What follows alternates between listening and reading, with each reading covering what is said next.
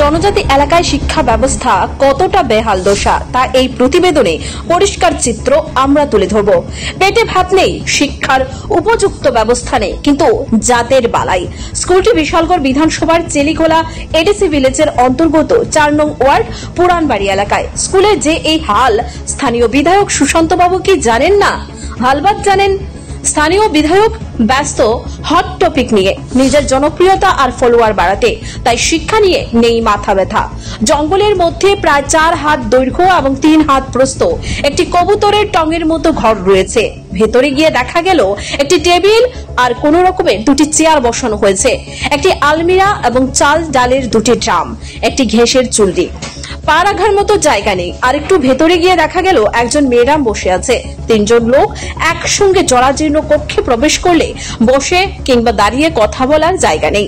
চেয়ারে বসে ম্যাডাম জানায় এটি স্থানীয় একটি অঙ্গনওয়াড়ি স্কুল। এখানে 27 থেকে 28 জন ছাত্রছাত্রী রয়েছে।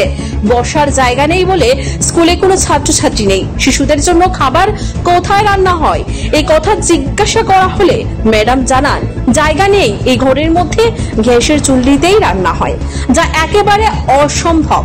ছাত্রছাত্রীরা কোথায় লেখাপড়া করেন জিজ্ঞাসা করলে উনি পরিষ্কার জানিয়ে দেন পড়াশোনা করার জায়গা নেই। ঘরের বারান্দায় অনেক সময় কয়েকজন বসেন। খানাখন্দ বারান্দায় যদিও মাটিতে বসতে হয়, একসঙ্গে 5 থেকে 7 জন বসতে পারবে না। হ্যাঁ, এটা কোনো গভীর পাহাড়ি অঞ্চলের শিক্ষা ব্যবস্থার চিত্র নয়, খোদ বিশালগড় বিধানসভার চিত্র।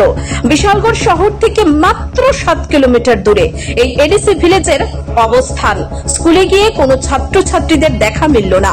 স্কুলের চাল ডাল রান্না না করলে কি করা হয় তাও জানা গেল না। স্থানীয় একজন জানায় কে দেখবে, দেখার মানুষ কেউ নেই। কিসের লেখাপড়া?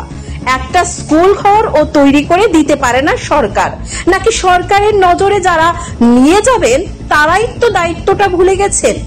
বিশেষ প্রতিবেদন, ত্রিপুরা পাবলিক ওপিনিয়ন নিউজ। 26,000। তারা পড়াশোনা করে কোথায়? এখানে পড়ায় বান্দা মধ্যে জায়গা নাই তো জায়গা।